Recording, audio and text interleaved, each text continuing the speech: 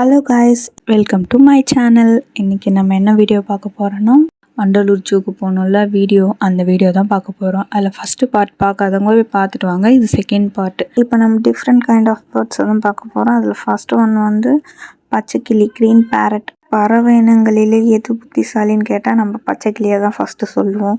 இவங்கள பார்க்குறதுக்கு அழகு மட்டும் இல்லை, இவங்களுக்கு தனி திறமை இருக்குது. நம்ம என்ன பேசுகிறோம் பார்த்து புரிஞ்சு மிமிக்ரி பண்ணுற அளவுக்கு டேலண்ட் இருக்குது இதுங்களுக்கு. நடந்து ரொம்ப டயர்டாகிட்டோம். பாருங்கள் வீடியோவில் எங்கள் ஃபேஸை பார்த்தாவே தெரியும் உங்களுக்கு. நெக்ஸ்ட்டு பஞ்சவர்ண கிளி, இயற்கையின் ஓவியம். இதோடு இறகுகளை பாருங்கள். இயற்கை எவ்வளவு அழகான வண்ணங்களை இதில் தீட்டி வச்சிருக்கு. அதனால் தான் இதற்கு பஞ்சவர்ண கிளி என்று பெயர். இதோட நிறங்களை வெயிலில் படும்போது கண்ணை கவரும் வகையில் அவ்வளவு பிரகாசமாக இருக்கும். பொதுவாக பறவைகள் குறைந்த ஆண்டுகள் தான் உயிர் வாழும். ஆனால் இந்த பஞ்சவர்ண கிளி வந்து 50 வருஷத்துலேருந்து 60 வருஷம் வரையும் உயிரோடு இருக்குமாங்க. நெக்ஸ்ட் ஒன் வந்து மஞ்சள் கொண்டை பெருங்கிளி. இந்த பறவையோட அடையாளம்னா அது தலையில் இருக்க கொண்டை தானங்க. அது வந்து வடிவேல் காமெடி வரும்ல, தலையில் இருக்க கொண்டையை மறக்காதுன்னு, அது மாதிரி. இந்த பறவை இனங்கள் பார்ப்பதற்கு அழகாகவும் அப்புறம் கம்பீரமாகவும் இருக்கும். இதோட கிளி வகைகள்லாம் முடியுதுங்க.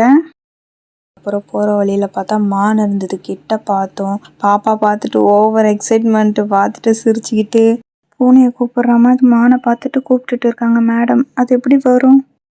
மானை பார்த்துட்டு அங்கேருந்து அதுக்கு ஒரு பாய் சொல்லிட்டு அதுக்கப்புறம் கிளம்பிட்டோங்க. நெக்ஸ்ட்டு நீங்கள் பார்க்க போகிறது தென் அமெரிக்காவை சேர்ந்த பறக்க முடியாத ஒரு பறவை தாங்க. இது பேர் வந்து வெள்ளை ரியா. இது வந்து நெருப்புக்கோழி இனத்தை சேர்ந்ததுங்க. அப்புறம் நிறைய நீர் வகைகள் பறவைங்களெல்லாம் பார்த்தோம். அப்புறம் அன்னப்பறவை பாருங்களேன், அழகாக தண்ணியில் நீந்திட்டு வருது. பார்க்குறதுக்கே அழகாக இருக்குல்ல. சரி வாங்கன்னு சொல்லிட்டு அங்கேருந்து கிளம்பியாச்சு. அவங்க தண்ணியில் குளிக்கிறாங்க, அவங்களுக்கு டிஸ்டர்ப் பண்ண தேவையில்லைன்னு. அடுத்து வந்து பெரிய நாரைங்க. அதுக்கு இன்னொரு பேர் வந்து கழுத்தரத்தான் நாரையாம். அதுக்கு வழுத்து வந்து நல்லா பெருசாக இருக்குமா. அதே மாதிரி ஒரு விலங்கோட எலும்பை கூட அதெல்லாம் ஈஸியாக முழுங்க முடியுமா. பார்க்கவே பயங்கரமாக இருக்குல்ல. நெக்ஸ்ட் ஒன் வந்து கேசாவாரிங்க. இந்த பறவை வந்து ஆஸ்திரேலியாவில் அடர்ந்த பகுதிகளில் வாழும் பறக்க முடியாத பறவையாங்க. 50 கிலோமீட்டர் வேகத்தில் ஓடுமா. பத்தாவதுக்கு தண்ணியில் நல்லா நீந்துமாங்க இந்த பறவை இனங்கள்லாம் பார்த்தாச்சு. சரி போகிற வழியில் கேன்டீன் இருந்தது, போய் எதனா வாங்கலான்னு பார்த்தா ரேட் அதிகமாக சொல்கிறாங்க. சரி நம்ம தான் வீட்டிலேருந்து எடுத்துகிட்டு வந்துட்டோமே, நம்மளுக்கு எதுக்கு சரின்னு போகிற வழியில் பார்த்தா மயில் இருந்தது. சரி அது கூட ஒரு ஃபோட்டோ எடுக்கலான்னு ஓடனா அது என்ன பார்த்து ஓடுது.